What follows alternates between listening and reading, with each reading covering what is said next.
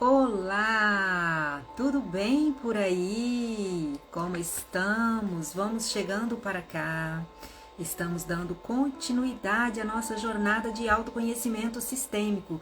20º dia, gente. 20º encontro. Estou muito feliz de estar aqui novamente trazendo, né? Aqui já na retinha final. Estamos hoje no nosso penúltimo encontro e o tema de hoje, gente, é novamente com muito temor e tremor que eu venho aqui me disponibilizar a trazer, né? Um tema de peso, um tema de responsabilidade, porque eu sei que esse tema, ele tem sido o enrosco de muitas vidas, tem sido o enrosco de muitas famílias, tem sido o problema e os BOs de muitas famílias. Então vamos entender um pouquinho, porque ontem dentro do nosso encontro eu tive a presença de uma pessoa muito ilustre, uma pessoa muito querida, que tem me promovido muitos avanços, muitas percepções dentro das nossas conversas e dentro das nossas trocas de figurinhas. Então, assim, é a minha amada Roseli. Deixo aqui novamente o meu abraço e a minha gratidão, né? A participação que ela esteve trazendo e um ponto-chave que ela trouxe ontem. E eu quero pegar esse gancho para já estar aqui, assim, trazendo dentro desse conteúdo de hoje, porque ela disse o seguinte: a sutileza na fala, a sutileza no falar. E essa falta de sutileza, muitas das vezes, ela gera muitas contendas dentro do que eu quero trazer hoje. Renata, solta logo, porque eu já estou ficando aqui aflita para saber o que você veio trazer hoje. Prazer para quem não me conhece ainda, para quem está chegando aqui novata no perfil, novato no perfil. Eu sou Renata Tom, terapeuta sistêmica familiar, sou consteladora sistêmica fluvial e estou aqui ao longo desses 20 dias desenvolvendo essa jornada de conhecimento e de autoconhecimento, o que? Sistêmico. A minha abordagem ela é toda dentro da sistêmica e o que eu quero falar hoje é como equilibrando a relação conjugal, que com base nas leis do amor, porque esse pensamento sistêmico, a base dele é o que? Exatamente esses princípios da lei do amor, leis da ordem e hierarquia, leis do equilíbrio. Então, dentro desse compilado, dentro desse mundo de informações da base sistêmica, eu estou aqui desenvolvendo então essa jornada. Trouxe muitos temas assim muito profundos e o de hoje, equilibrando a relação conjugal. Sua relação está em desequilíbrio? Vamos entender então um pouquinho. Eu vou trazer algumas dinâmicas, porque não dá para trazer muita coisa aqui dentro do nosso tempo. Algumas dinâmicas que você possa aí identificar de que a sua relação está em desequilíbrio. Ser terapeuta sistêmica, gente, não é simplesmente pegar um conceito da teoria e vir aqui, né? Colocar isso e propagar isso. Ser terapeuta sistêmica só alcança esse nível de estar aqui trazendo quem vivenciou isso na pele, né? Então, são situações assim, do meu próprio aprofundamento, das minhas próprias vivências, das minhas próprias experiências dentro desse processo, tal qual eu pude ir de encontro do que estava desequilibrado dentro, principalmente da minha relação, e hoje eu tenho o quê? Autoridade, eu tenho maturidade, eu tenho responsabilidade de estar propagando isso aqui como eu estou propagando. Então, dando continuidade, ontem eu falei muito sobre o chamado, né? O chamado, a diferença do chamado, a diferença da vocação e do propósito. Então, o chamado, eu aceitei esse chamado de primeiro viver esse processo dentro da minha vida. A vocação é o quê? O que eu aprendi enquanto ferramenta e estou propagando isso aqui para promover curas também a quem chegue de encontro aos meus atendimentos. E o meu propósito. O propósito primário da ferramenta sistêmica, ele é o quê? A base: honra, restauração, reconciliação e humildade. Essa é a primícia. Promover o quê? Restauração. Promover reconciliação. Com base o quê? No que a própria palavra nos diz. Honre pai e mãe e os teus dias serão prolongados. Então, se eu não honro pai e mãe, eu vou de repente estar aí toda, né, travada bloqueada na vida e eu não estou entendendo de onde isso está vindo. Teve um episódio anterior que eu falei sobre os padrões de repetições, sobre os bloqueios, como que nascem os bloqueios. A Roseli ontem ela trouxe um fator assim, principalmente dentro da fala, do que ela conseguiu identificar, né?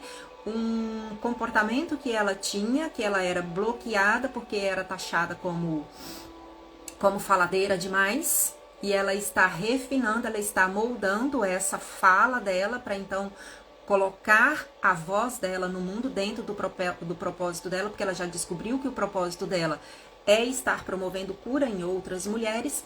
Eu, enquanto perfil, o meu perfil, ele é rígido. O dela é oral, o meu perfil, ele é rígido. Então, a rigidez, ele vai para aquele ponto extremo que de buscar sempre manter o controle. Ele traz uma característica de controladora, introspecção, né? Então, quando a gente, dentro do autoconhecimento, se descobre dentro desses perfis, eu tenho um ponto fraco e tenho um ponto forte. Então, se o meu ponto fraco é esse daqui, e isso está me bloqueando, qual é a minha força? Porque também há força dentro de cada perfil. Então, é esse trabalho que a gente vem se desenvolvendo em si mesmo, nos dando capacidade de colocar isso pro mundo. Então, vamos aqui dando continuidade. Eu terminei falando uma frase ontem: a mulher curada transborda cura. A mulher ferida despeja dor por onde ela passa. Cure a menina e a mulher emerge. Cure o menino e o homem emerge. Então, vamos entender um pouquinho dentro, né, desse contexto de hoje, equilibrando essa relação, a relação conjugal. Hoje o meu foco aqui, ele é para a relação conjugal. Ninguém alcança a autoridade, então, falando do que não viveu. Acaso uma mãe ou um pai podem falar da experiência, do experienciar esse sentir-se pai, sentir-se mãe, se não teve um filho? Não tem como. Então, é somente quem viveu a experiência em si, né, dessa transformação, dessa reconciliação e dessa restauração, tem a autoridade para poder estar falando. E aqui eu quero trazer, assim, um exercício bem rápido, bem rápido. Como que você, como a minha fala aqui, como o meu conteúdo, ele está mais voltado para mulheres. Então, você, mulher que está chegando aqui e que está me ouvindo, ou se você, homem, está aí passando por alguma situação conjugal, encaminhe para sua esposa. De repente, vai aí, assim, dar uma direção de onde vocês juntos possam começar a olhar, né, para a relação de vocês em si, que possa estar aí conflituosa. Primeiro exercício. Em que situação você se encontra nesse presente momento? Você tem um ficante, você está namorando já há muitos anos, está noiva e sente que ele está te enrolando. Como que está? Você vive uma relação amigada, moram sobre o mesmo teto em um contexto de relação amigável. Você é viúva e não quer, né, se relacionar com mais ninguém, ainda não superou a fase do luto, a fase da perda e está fechada para novos relacionamentos. Você é casada e quer descasar porque a relação está um caos, você não vê saída, né? Conflito em cima de conflito, turbulências, discórdias, parece que a gente não está falando a mesma língua, a gente não tem um objetivo em comum. Está casada e insatisfeita? Ou você é aquele ponto extremo que geralmente são poucos os casais que chegam nesse ponto de equilíbrio, casada e feliz.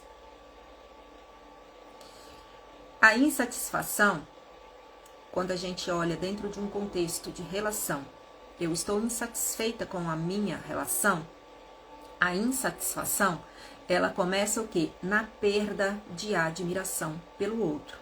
Quando eu perco a admiração pelo outro, se instala a insatisfação.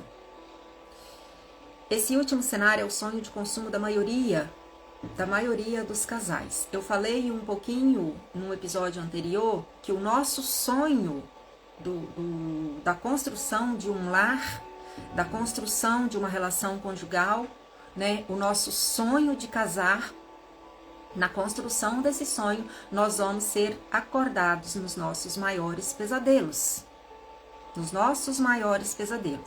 E muitas das vezes esses pesadelos, eles são tamanhos que não somos capazes de suportar o sonho dessa construção.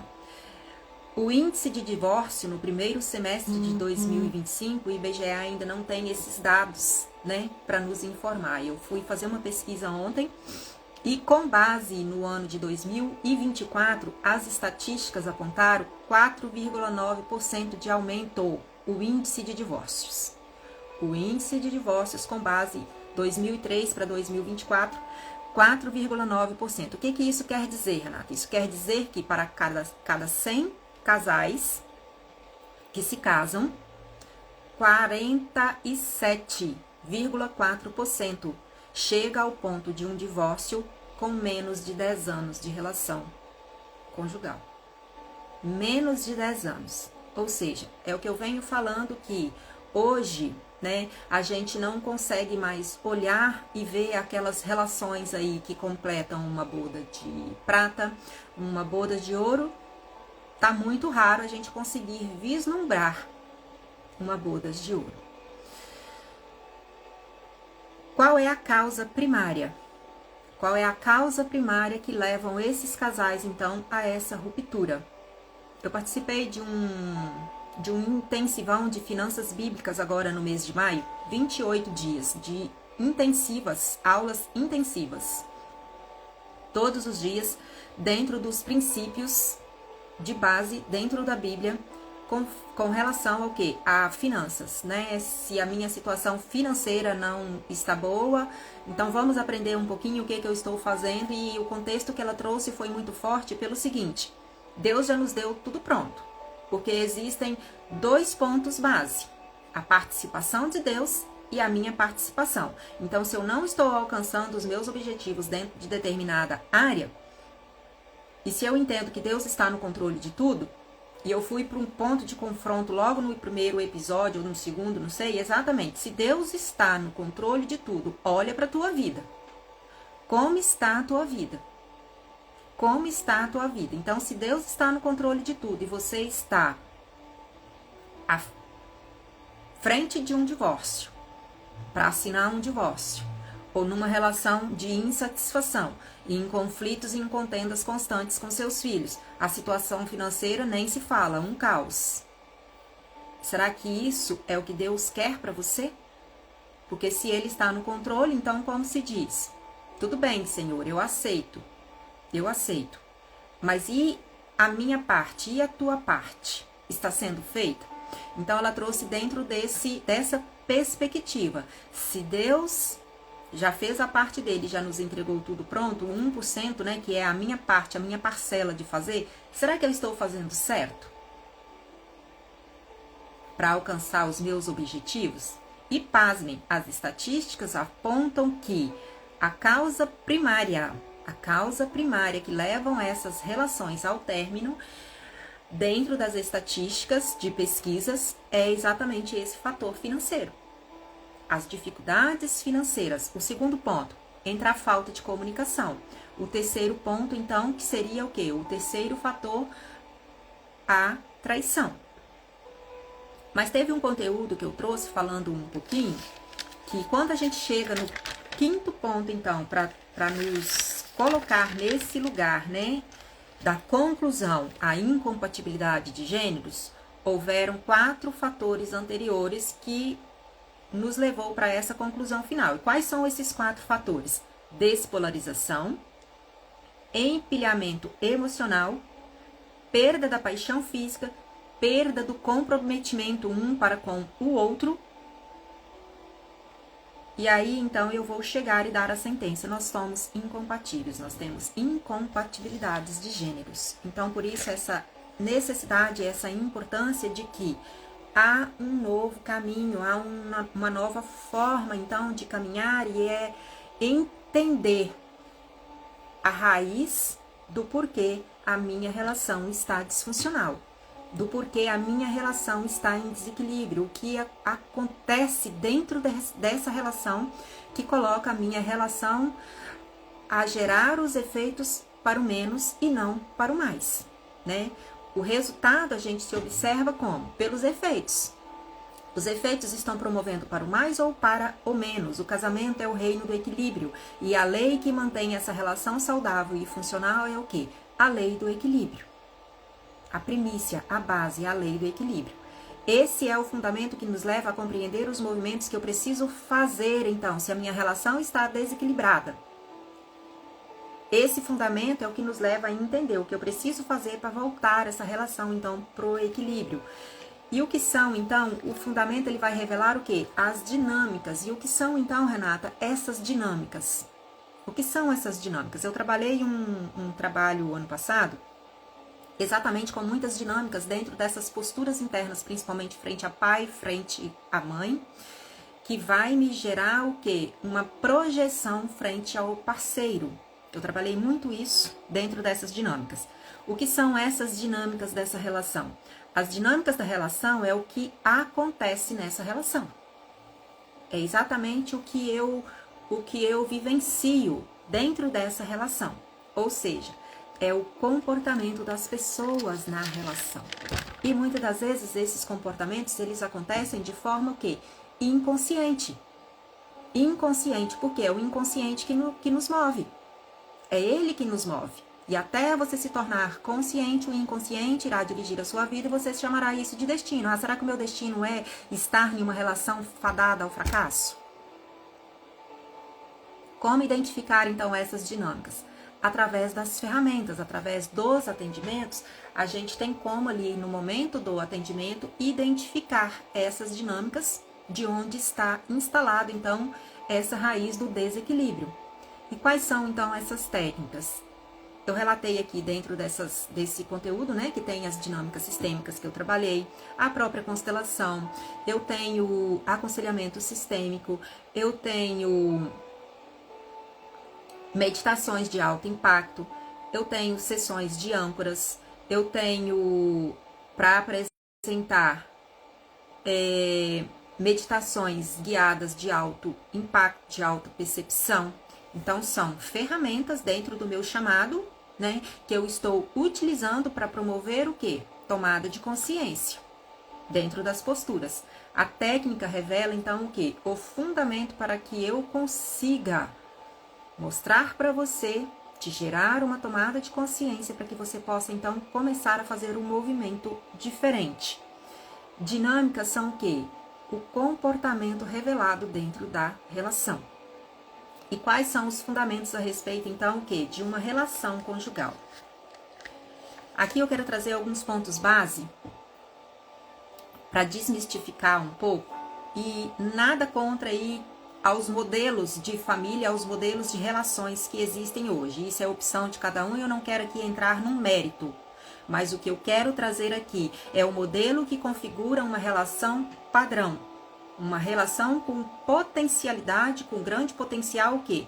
De gerar vida, porque a própria palavra nos diz, unir-se à tua esposa e juntos formarão uma só carne, ide, vão e propaguem e procriem, né? A continuidade da espécie. E o que configura então o quê? Estabelecer uma relação de casal. O primeiro requisito base para se estabelecer, então, o quê? Uma relação conjugal.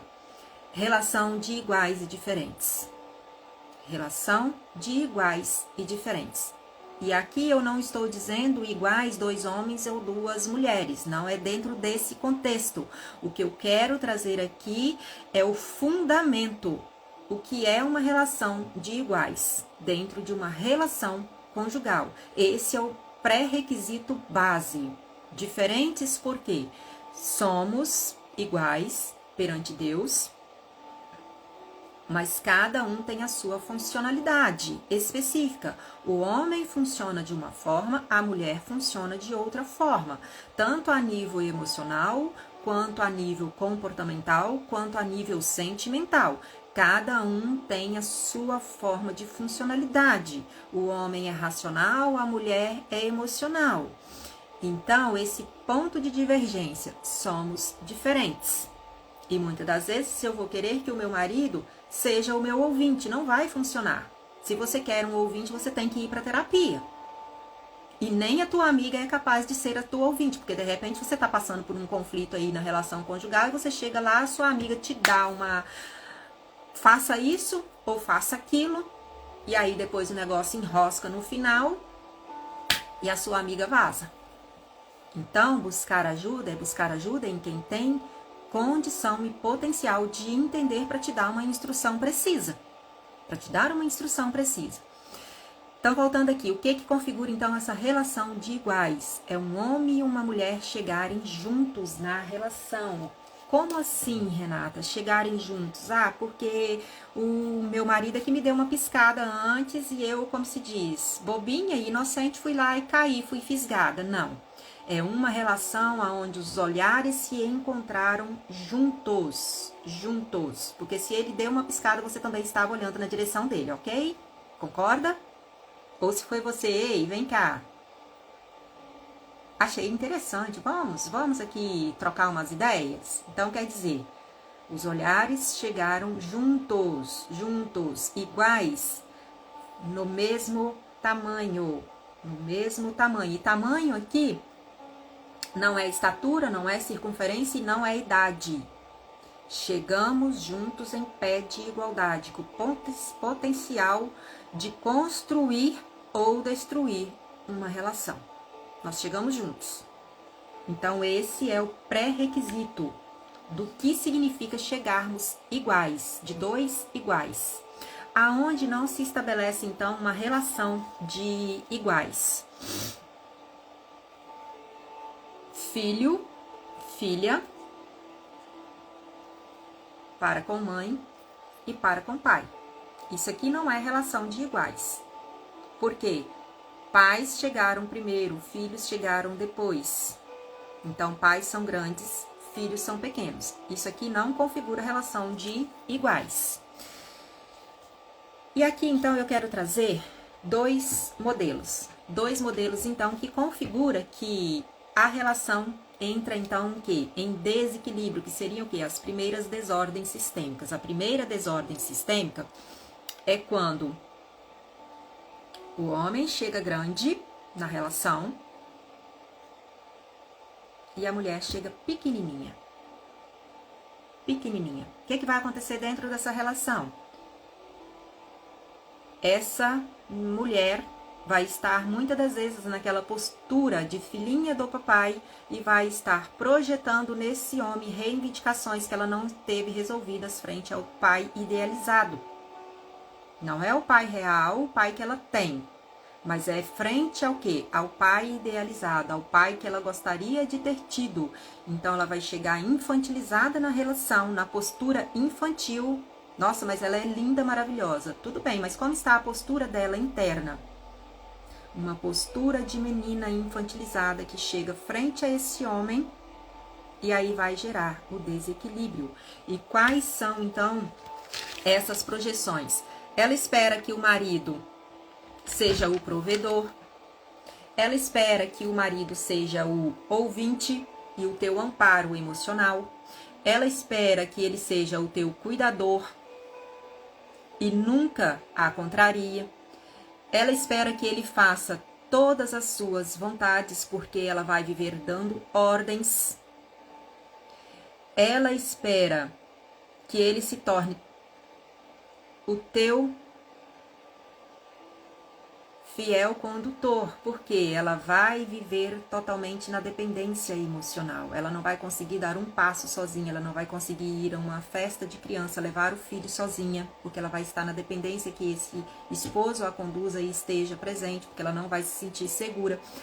Ela não vai conseguir ir à igreja sozinha, ou seja, vai ser uma menina presa num corpo de mulher. Essa relação é de total dependência emocional. O marido até tem a sua vida social, ele sai, ele acontece, ele faz. E ela vai viver o quê? Projetando nele esse pai idealizado. Então, por aqui a gente começa já a entender aquele primeiro fator que eu trouxe, a despolarização. A despolarização. Quando essa mulher está com seu feminino fragilizado e desfragmentado e despolarizado. E o pior que, em geral, dentro dessa projeção que ela coloca, né? E chega ao ponto aí, eu vou trocar de marido porque esse marido veio com um defeito de fabricação. E ela vai para um segundo. E infelizmente vai vir com as mesmas características, porque cada um vai ter exatamente as ferramentas para rodar o script do qual você está pré-moldada, pré-formatada. Então, enquanto você não muda em você, você não mexe no teu script que está ali, você vai continuar, né, promovendo mais do mesmo. E se você troca, então, de parceiro, vai vir outro. Exatamente, então, o quê? Para rodar esse script que está aí, pré-moldado e pré-definido. A segunda dinâmica que eu quero trazer aqui um exemplo rápido, ela já acontece o oposto. Então, é a mulher quem chega grande na relação e o marido chega aqui, menininho. O que essa mulher vai ser? Exatamente aquela mulher guerreira que eu trouxe em alguns episódios anteriores. Lembra daquela dupla Batman e Robin? Essa mulher vai ser exatamente o Batman da relação. Ela faz, ela acontece, ela corre para um lado, ela corre para o outro, ela é a provedora do lar, é a que organiza, é a que dá ordem, é a que controla, é a que faz tudo. E ainda ela vira e diz o seguinte: ai desse lar se não fosse eu, ai de você se não fosse eu. E aí, às vezes, ela vai ouvir o seguinte: mas eu tô ruim de mulher, hein? Porque esse homem está mandando o quê? Feedbacks. Ei, cai a ficha. Cai a ficha. E ela vai bater no peito. Se todos os homens tivessem uma mulher como eu, o mundo seria diferente. Porque ela não entendeu. Ela não entendeu a chave que ele está dando para ela. Eu não quero uma mulher trator. Eu quero uma mulher feminina, eu quero uma mulher aberta para receber, porque essa mulher que está nessa postura, ela não sabe receber. E tudo que esse homem vem para entregar nunca será o suficiente. Aonde começou isso? Exatamente nessas projeções que ela trouxe de questões não resolvidas lá da tua infância, frente a quem? Papai e mamãe. E em geral, quando ela chega nessa postura aqui, masculinizada, despolarizada para o masculino, também existem questões de amor interrompido. E a questão de amor interrompido ali da fonte, ela nunca vai ser capaz de receber o amor que esse parceiro tem para lhe entregar. Porque, na verdade, ela está em busca de qual amor? Do amor da fonte. E nessa projeção de querer receber o amor da fonte, o amor do esposo nunca será o suficiente, porque nunca será capaz de suprir aquele vazio, aquele buraco que essa mulher carrega em tua alma. Então, quando a gente fala sobre curar, né, curas interiores, porque dentro rege fora, é exatamente ir de encontro para identificar essas lacunas, de onde vem esse vazio, de onde vem esse buraco, porque na alma de todo ser humano existe um buraco, um vazio que somente serão preenchidos por quem? Por pai e por mãe. Então não adianta parceiro, não adianta parceira, porque não irão suprir esse vazio. Antes de ser um bom par, seja um bom ímpar. Então é quando eu sou capaz de chegar na relação inteira e inteiro, eu vou estar na relação de iguais para então eu o quê? Trocar. Porque o equilíbrio, ele se estabelece o quê? Na troca do dar e receber. O lugar do feminino curado é o lugar de força. Ele é visceral, ele é resistente, ele é sensível, ele tem sutileza. Apesar dessa força, apesar desse visceral, desse poder visceral, o quê? Do poder real, né? Do feminino, ele tem sutileza no falar. Ele tem sutileza no falar. Porque é percebido o quê? Através do poder da intuição, da percepção da intuição do feminino. O lugar do feminino adoecido, ele é aquele lugar de fragilidade, ele é aquele lugar de insegurança, ele é aquele lugar de medo, ele é aquele lugar de dependência emocional, onde você estará projetando no outro as tuas próprias necessidades de demandas não atendidas lá nas suas fontes. E a dependência emocional, ela é o quê? O meu comportamento está à mercê do comportamento e atitude do outro primeiro. Isso que configura, então, o quê? A dependência emocional. O que é, então, equilíbrio na relação? O equilíbrio, ele não é aquela troca, mesmo peso, mesma medida, né? Eu dei X, recebi X. Eu dei um par de sapato para o meu esposo no dia dos namorados, recebi um par de sandálias ou de sapatos do meu esposo. Não, ele não é nessa medida de proporção igual para igual. O equilíbrio na troca, ele se dá o quê? Porque no equilíbrio, então, se eu venho com essa ideia formada do dar e receber da mesma proporção, da mesma medida, no equilíbrio todos param de crescer. Então, o equilíbrio, ele se instala, ele se estabelece o quê? Quando eu recebo, me afasto, dou um tempo para o outro se preparar e vir me entregar um pouquinho mais. Então, essa relação, dentro dos efeitos, essa relação o quê?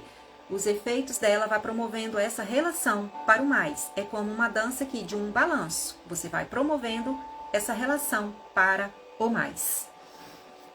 Por exemplo, serviços domésticos é uma questão que geralmente gera BO, porque eu trabalho fora enquanto mulher, enquanto mãe, enquanto esposa, chego em casa e ainda tenho a carga da casa todinha para tomar conta. E aí, de repente, você tá ali naquele turbilhão de faz daqui, faz dali, corre, põe roupa na máquina, e vasilha para lavar, e casa para limpar, e vai daqui, e vai dali, e você olha lá pro marido lá no sofá. Um exemplo. Serviços domésticos exigem o quê? Combinados. Exigem combinados o quê? Verbais. Verbais. Porque o outro não vai adivinhar o que você precisa, o que você está pensando. E nem você vai adivinhar o que ele está sentindo, o que ele está pensando. E na maioria das vezes, a mulher, ela tem uma dificuldade muito grande, porque a postura de solicitar ajuda é uma postura de ordem e cobrança. Pô, você não tá vendo que eu tô aqui sobrecarregada? Você não vai me ajudar? Ele até está vendo. Ele só não é teu filho para aceitar o teu comando e a tua ordem. Então, essa sutileza, né? Esses combinados, ele exige o quê? Essa sutileza no falar dessas posturas, da postura interna, porque equilibrar-se envolve o quê? Postura interna. Então, é quando eu sou capaz de mudar a minha postura interna, colocando o ingrediente base, o quê? Da admiração e da sutileza no falar. Da admiração. Voltar a ter admiração. E entendendo que a ajuda vai vir da forma que ele tem condição de entregar. Aqui em casa, a gente muitas das vezes tem umas situações assim, de umas faíscas. A gente chega em casa do trabalho juntos, ele corre pro fogão, geralmente é ele quem pilota o fogão, e eu venho pros outros afazeres, se é uma roupa para ir pra máquina, se é a criança para dar banho. Então a gente já tem esses combinados. Mas a pia não é a extensão do fogão. Poxa, mas não poderia ter lavado enquanto eu estava lá fazendo as outras coisas?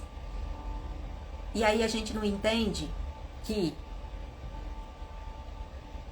é mais fácil que ganhar o prato servido, pronto, quentinho, na mão, e reclamar da louça que ficou por lavar, ou simplesmente ser grata por ter recebido ali aquele alimento feito com carinho e amor e dedicação, e simplesmente ir lá lavar a louça. Porque se eu tenho louça para lavar, teve alguém que utilizou, que fez e me serviu. Então é dentro desses mecanismos, dentro desses movimentos, que eu vou aí colocando essa relação em equilíbrio. O casal, aqui o segundo requisito. Quem chegou primeiro? Porque quando a gente tem filho, qual é a tendência? A gente colocar o filho em primeiro lugar. E muitas das vezes o meu esposo, ele usa o seguinte: vou fazer isso para João. Eu falei, não é só para João, é para nós. É para nós.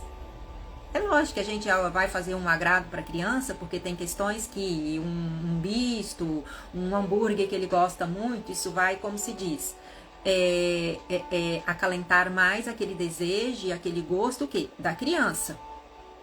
Mas vamos fazer para nós. para nós. Enquanto vamos fazendo para nós, eu entendo que quem chegou primeiro e quem tem prioridade, quem tem precedência? A relação conjugal. A relação conjugal, ela tem precedência, e quando eu inverto essa ordem, eu coloco todo esse sistema em desordem, em desequilíbrio, e os filhos também irão sofrer. Os filhos irão sofrer porque eles muitas das vezes irão pegar situações que não competem a eles. Por esse amor visceral das crianças ali de pegarem situações dos pais para resolverem. Principalmente quando os pais estão em contendas, principalmente quando os pais estão em conflito. Quem tem precedência, então? A relação, a prioridade. Ah, Renata, mas o meu filho, a minha filha é pequenininho. Então, sim, ele precisa, ele tem necessidades de estar aí nesse lugar de prioridade. Porque nós, como seres humanos, somos os únicos seres que, se nasceu e deixou lá haver navios, ninguém vai sobreviver. Se eu pego um cachorro, se eu pego um gato, se eu pego um bicho do mato que nasceu e essa mãe abandonou, de alguma forma algo vai chegar e ele vai conseguir sobreviver. Mas o ser humano não. O ser humano, nessa fase inicial, ele tem prioridade e demanda cuidados. Demanda muito cuidados. E é aí que se instala muito esse desequilíbrio, porque enquanto eu estou ali cuidando do filho, eu deixo a relação em segundo plano, e é natural. Mas então, como que eu vou cuidar do filho? Olhando esse filho como extensão desse amor, dessa relação. Enquanto eu cuido do nosso filho, eu estou cuidando também da nossa relação, da nossa herança, do nosso bem mais precioso que o Senhor nos deu. Nessa ordem, então, o que? Eu volto essa relação para o equilíbrio. Não é o amor que sustenta a relação de casal, mas sim o que? A troca. E na relação de casal não há espaço para inocência. Não se pode ir muito longe de mãos dadas com a inocência. Não se pode ir muito longe de mãos dadas com a inocência. Quem dá mais seca, murcha e morre. E coloca, então, o quê? A relação em desequilíbrio. E aí, muitas das vezes, você olha para relações, né, que você vê assim, nossa, mas aquele homem dava tudo para aquela mulher. Tudo. E ela não valorizou e ela pulou para fora. Ou ela deu um jeito de se envolver com alguém e saltou fora dessa relação. Exatamente porque quem dá mais seca, murcha e morre. E quem dá demais acaba expulsando o outro, porque o outro se sente o quê? Eu nunca vou ser capaz de retribuir a altura, e quem dirá dar um pouquinho a mais para elevar essa relação para o mais. E aqui, assim, trazendo o último ponto, quando há, então, essas questões que geralmente acontecem, né? Como eu trouxe ali, o terceiro fator que leva à ruptura conjugal seria a traição, dentro dos dados de pesquisa. Quando chega nesse ponto, essa relação já estava em desequilíbrio antes. E a pessoa lesada vai ter essa relação, a decisão de continuidade dessa relação ou ponto final dessa relação. A pessoa lesada é quem tem esse poder de decisão. Então, se a pessoa lesada optou pela continuidade, é preciso que haver um processo para que se restaure esse equilíbrio dentro da relação. Porque, em geral, o que acontece?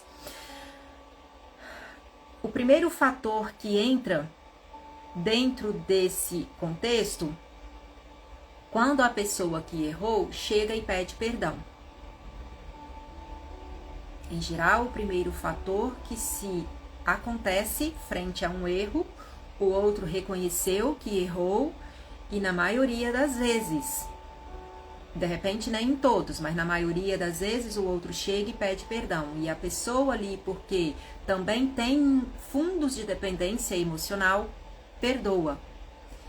E aí não entende porque mesmo perdoando, essa relação continua em desordem, essa relação continua fria, essa relação continua cada dia mais se distanciando. Poxa, mas eu não perdoei, e por que parece que o outro cada dia mais está escorrendo pelo ralo? Exatamente porque o que precisou ser curado ainda não foi curado e não foi trabalhado. Então, é como se eu fizesse isso aqui, ó. Eu fui lesada. A gente estava aqui caminhando, mas a nossa relação começou aqui quase que balançar aqui, num desequilíbrio. Eu fui lesada. Olha o que aconteceu com essa relação. Um erro grave. Desequilibrou essa relação. Eu perdoo. Eu olho para ele. Eu te perdoo. Vai voltar para cá? Não. Eu distanciei.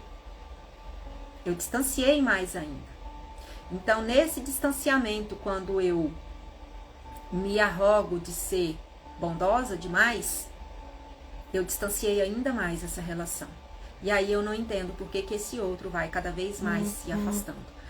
Existem pontos, eu não vou trazer aqui aprofundados, mas o que se precisa fazer? Se a pessoa lesada decide, então, por continuar, ela precisa entender que é preciso um processo de restauração. E esse processo, o fundamental seria que os dois entrassem num processo de reconstrução e de restauração, para entender o que em um e o que no outro levou essa relação a entrar em desequilíbrio. E quais são esses pontos? Além da busca, né, de entender isso aí, ocorrem-se fatores como o quê? A compensação. Não é eu pagar na mesma moeda. E tem muitas mulheres, tem muitos casos que acontecem o seguinte: ah, você me lesou? Eu vou lá te pagar na mesma moeda. Eu não volto essa relação para o equilíbrio. Eu faço o oposto. Eu distancio mais ainda.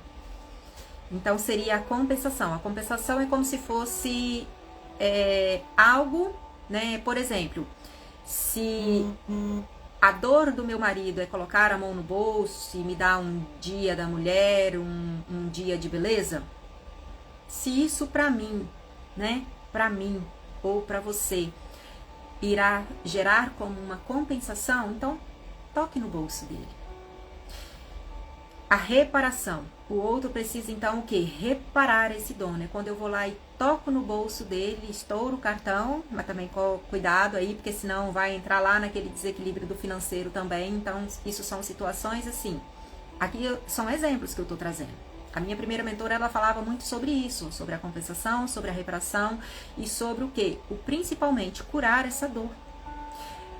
Porque se eu fui traída e eu lhe dou ali aquele perdão, mas que não foi um perdão real, porque eu não vivenciei esses processos da compensação, da reparação e de curar essa dor, eu vou me tornar controladora, né? Eu vou estar sempre recebendo gatilhos para estar ali assim, dando aquela futucada e aquela cotovelada, ó, lembra lá do que você me fez? E eu vou me tornar controladora. O perdão, então, para ser liberado e voltar essa relação para o equilíbrio, ele precisa passar por esses passos, então, de restauração. Se não fizer esse passo, essa relação também está fadada ao fracasso. Quando eu decido, então, pela restauração, ali naquele momento inicial, né, do ser lesada, não, eu opto e eu quero dar continuidade. O que eu estou enviando de mensagem? Você importa para mim. Você é importante para mim. Vamos entender juntos o que nos aconteceu, o que nos levou. O que nos levou. Não tirando a responsabilidade, lógico, de quem errou, porque errou, então assuma a sua autorresponsabilidade agora. Vamos entender juntos? Vamos entender juntos. Você é importante para mim. Eu abro mão de ser inocente. Por isso que a inocência dentro da relação conjugal, ela não pode ter espaço. Porque eu abro mão do ser inocente, então, para o quê? Voltar a equilibrar a nossa relação para que a gente possa, então, voltar a trocar e sermos iguais novamente. Então, eu deixo aqui, se fez sentido para você, equilibrando, né, a relação conjugal. Hoje esse conteúdo ele foi voltado para a relação conjugal, equilibrando a relação através do quê? Das leis sistêmicas. E são dentro desses atendimentos que a gente consegue ver exatamente essas posturas de como você está chegando na tua relação. Se tem alguém aí que está passando, né, por situações conflituosas, lembrando que quando eu olho para as esferas, como eu trouxe aqui no primeiro ponto, o índice de divórcios tem chegado a essa proporção aonde a causa primária, para muitos, a justificativa tem sido o quê? A situação financeira, as dificuldades financeiras. Então, a gente não suporta muitas das vezes a dificuldade financeira e abre mão dessa relação. Lembrando que na esfera financeira, o problema nunca está na esfera financeira. Se eu estou passando por um problema financeiro já contínuo, né, não é aquela provação ali momentânea e depois as coisas se normalizam, mas se é uma constante isso na nossa vida conjugal, esse problema que nunca se resolve, que nunca há um respiro. Se eu estou passando por essa situação, eu preciso entender que o problema não está nessa esfera, o problema não é financeiro, a raiz não está no financeiro. A raiz está onde? Na esfera anterior, que é a esfera das relações. Se eu estou com um problema conjugal, que a minha relação está disfuncional, que a minha relação está em desequilíbrio, eu preciso de salientar que o problema também não está aí. O problema está o quê? Na esfera anterior, que é a esfera do eu, né? Lembra que eu coloquei aqui um conteúdo que fala exatamente sobre essa questão do eu psicológico, do ego? Nós não fazemos o que fazemos, nós fazemos o que a nossa identidade, que vestimos, determina que nós façamos. Então, se eu chego nessa postura, como essa menininha do papai, como esse menininho da mamãe, eu não vou conseguir elevar essa relação para o mais. E aí eu preciso te lembrar que, se eu cheguei nessas posturas do eu, nessa esfera do eu, aonde está a raiz dos problemas? É exatamente nessa esfera primária, que é frente ao quê? Ao meu sistema familiar de origem. E aí eu vou estar vivendo situações disfuncionais lá no meu sistema de destino, que o meu sistema de destino é o meu sistema ao qual eu estou constituindo a minha família, que são os meus vínculos consanguíneos, são aqueles vínculos conjugais de intimidade. Mas, na verdade, a raiz começou bem lá no meu sistema de origem. Então, eu deixo aqui para você, se fez sentido para você, se está aí com alguém passando por algumas demandas dessas, já encaminhe para alguém. Tem o e-books na bio, O Feminino em Movimento, tem o Planner Devocional TED 21 dias, o terceiro já está saindo por aí, que é o Dependência Emocional, como identificar a dependência emocional, assim que estiver ok na plataforma, eu estarei aqui divulgando. Tem um outro que vai ser bônus, esse eu ainda não divulguei, não vou dar spoiler agora no momento. E amanhã, o conteúdo de amanhã vai ser o fechamento dessa jornada, aonde eu vou estar colocando para você aí a possibilidade de como que você vai poder me contactar para poder estar olhando aí para algumas disfunções das quais você está vivenciando na sua vida. Faça um extraordinário, um maravilhoso e um excepcional dia. Um beijo no coração. Hoje foi o nosso 20º. Uhul! Estamos aqui na retinha final, já quase terminando essa jornada. Se você ainda não viu, eu sinto muito em te informar, você só está perdendo, porque o que eu estou entregando aqui, gente, não é para me vangloriar, não é para o meu ego, mas tem ouro. Tem ouro na minha entrega. Tem coisas muito profundas, tem ensinamentos muito profundos. E eu sinto muito em te informar, você só está perdendo por não ter participado. Mas se ainda entendeu, as aulas vão ficar salvas aqui no feed por mais um tempozinho, não vou deixar muito tempo, porque isso depois irá subir para a plataforma. As aulas estão no meu canal do YouTube, dentro de uma playlist Jornada de Autoconhecimento Sistêmico. Então não perca tempo, gente, não perca tempo. Como nós falamos ontem, no nosso conteúdo de ontem, a Roseli trouxe isso muito profundamente. A gente não muda os hábitos. A gente precisa o quê? Quando eu entendi que esse comportamento ele está disfuncional, que esse hábito está disfuncional na minha vida, eu preciso o quê? Colocar um outro hábito, colocar um outro comportamento. E isso envolve o quê? Disciplina, isso envolve foco. Os 21 dias, por exemplo, ele é exatamente para promover o quê? Um novo hábito, né? Porque a nossa mente, a dualidade cerebral, ela tem os dois hemisférios. E esses dois hemisférios são o quê? Evitar a dor e promover felicidade. E evitar a dor é exatamente me manter nessa zona de conforto. Porque eu estou um hábito disfuncional, com um comportamento disfuncional. Eu reconheço que isso é prejudicial para mim, mas a minha mente me paralisa nesse mesmo, mais do mesmo, porque eu quero evitar a dor, porque eu vou ser confrontado. E quando a gente entra em uma jornada, em uma batalha, é uma batalha. A jornada de conhecimento e de autoconhecimento é esse confronto, é ir em contato com a dor. E muitas das vezes, pela nossa dualidade cerebral, eu quero evitar esse confronto. E aí eu permaneço na zona de conforto. E é como meu mentor disse, a gente olha por fora uma taça de sorvete linda, maravilhosa, deliciosa, só que na realidade a raiz está toda estragada. O conteúdo interno está todo deteriorado, desfragmentado e ferido. Se fez sentido para você, mergulhe aí, aproveita aí o final de semana que está vindo, faça um reflexo, mergulhe nessa jornada, porque eu tenho certeza que você vai sair com outra visão ao final desse conteúdo. Beijo, beijo, beijo. Fui porque a agenda hoje tá pipocando. Sextou, gente. Hoje a agenda tá cheia.